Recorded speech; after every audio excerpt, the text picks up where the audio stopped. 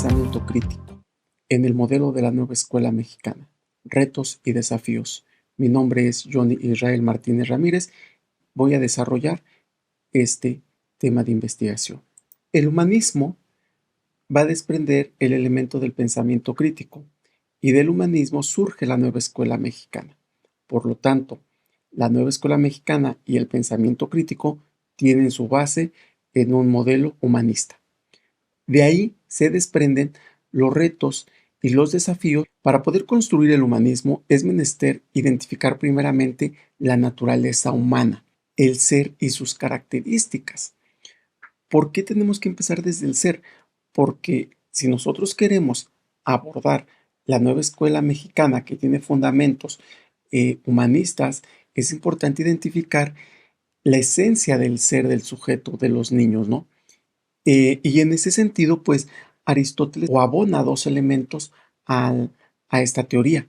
El primero expresa que la virtud moral la tienen todos los individuos y esta virtud moral les permite eh, generar impulsos, es decir, hablamos de que cuando nosotros tenemos las pasiones como la violencia, nos va a generar cierto impulso, la pasión del amor nos va a generar hacer ciertas acciones. Y dos sería la sapiencia, que para Aristóteles considera que la sapiencia pues es mucho mejor que la virtud moral.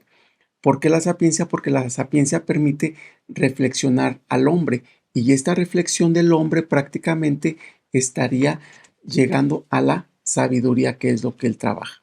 Dentro de los componentes del humanismo retomo tres: el pensamiento crítico, el lenguaje y la libertad humana. Empezando con esta parte del pensamiento crítico, Heidegger explicaba que el pensar es del ser, ¿no?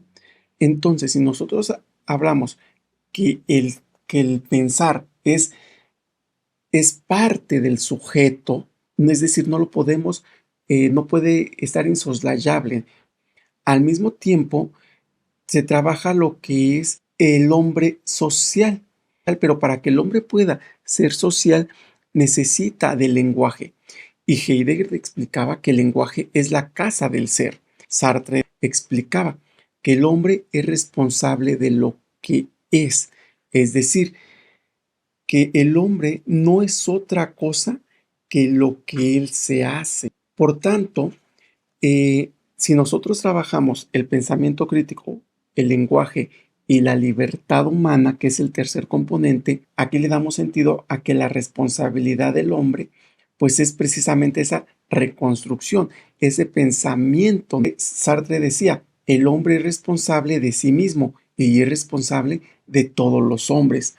Por lo tanto,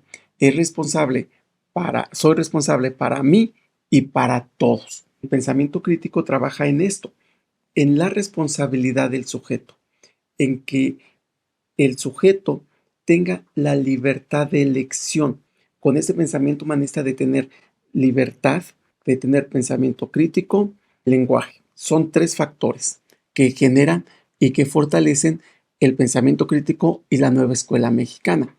Por lo tanto, es importante identificar que para que haya una libertad de acción, es importante elegir qué y cómo aprender. Freire llamaba que la educación como parte de la práctica de la libertad. Esto habla de que el sujeto tiene que, o el docente tendría que educar para liberar al sujeto, ¿no? Para poder tomar decisiones. Pero también decía que, o también Freire hablaba que el hombre no es cosa que se rescata, sino sujeto que se debe de autoconfigurar responsablemente. Entonces aquí abordamos dos temas importantes, que es menester que el sujeto participe de manera responsable en su formación, es decir, que esté consciente que se tiene que formar para poder tomar un lugar o un rol dentro de la sociedad. Nosotros no podemos hablar de un pensamiento crítico cuando yo le digo al estudiante qué tiene que aprender y cómo tiene que aprender, ¿no? Porque más bien, entonces, no estoy generando a un ser responsable, no estoy generando a un ser que se haga responsable de sus hechos. Lo tengo que hacer partícipe del proceso de su formación, porque entonces no sería contradictorio decir quiero o queremos formar hombres críticos, hombres con pensamiento crítico, y yo tener que decirle qué hacer. No, más bien es concientizar al sujeto para que él pueda decidir qué y cómo va a aprender, ¿no? Esa libertad de la educación. Por lo tanto, en la libertad se da como fundamento de todos los valores. Aunado a esta parte de la elección, también se tiene que trabajar junto con el apoyo familiar, no junto con la familia, quien tiene que apoyar al estudiante en ese proceso de aprendizaje. La escuela forma, pero también la familia forma. También es importante la conciencia social y democrática, ese desarrollo en donde se le enseña al alumno el ser responsable de sí y con los demás. Enseñarles a esa participación en la construcción de una sociedad para todos. Tendríamos nosotros que trabajar valores democráticos, ¿no? Al igual, la escuela hace su parte, la familia hace su parte, como se puede observar, pero también la parte legislativa tiene que hacer su parte al cuidar la dignidad humana y al regular los derechos humanos. Estos son principios que generan un pensamiento crítico. Los retos y desafíos del desarrollo del pensamiento crítico. Primeramente tenemos la desigualdad. Desigualdad económica, desigualdad educativa, y esta desigualdad es el primer desafío que tenemos, el tratar de que en México que la educación llegue para todos, desde la parte urbana hasta la parte rural.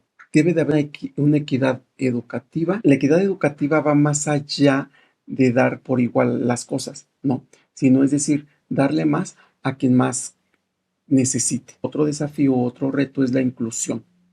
Una educación que permita la inclusión de todos los estudiantes que tengan algún tipo de barrera en el aprendizaje. Otro de los retos que tenemos como escuelas, pues son las metodologías de enseñanza humanista. La educación en México viene de una escuela economicista en la cual se trabajaba por competencias, y estamos en una transición hacia una escuela humanista, la cual tendría que desarrollar los elementos que acabo de mencionar. Y por último hablamos del rol y las características del profesor humanista, que para este caso el rol humanista estaríamos hablando de un profesor artesano, un profesor que se vaya renovando con su práctica, que se renueve con la investigación, que vaya creciendo y que su práctica eh, se vaya reflejando en esta formación de alumnos capaces de pensar, capaces de elegir, capaces de ser responsables de sí mismos y capaces de participar en un proceso democrático educativo. Este tema pues habla de justicia educativa en la educación. Necesitamos también justicia educativa en la legislación. Tiene que ser pensada en la familia. La educación humanista no se da en la escuela nada más, sino que también se da en la familia. Por lo tanto, se tienen que generar reformas que coadyuven al fortalecimiento familiar. También se necesita justicia en el reparto de la riqueza. Generar equidad educativa.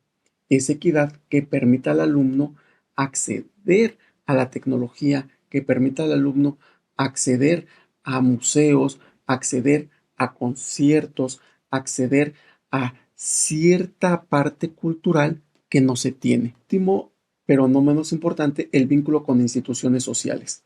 Como lo he estado explicando, la parte del humanismo para poder generar un pensamiento crítico dentro del humanismo, no se trabaja dentro de la escuela, no se trabaja dentro de la familia, sino que tiene que haber un vínculo con instituciones sociales que permitan, en este caso, que el alumno participe en la toma de decisiones democráticas.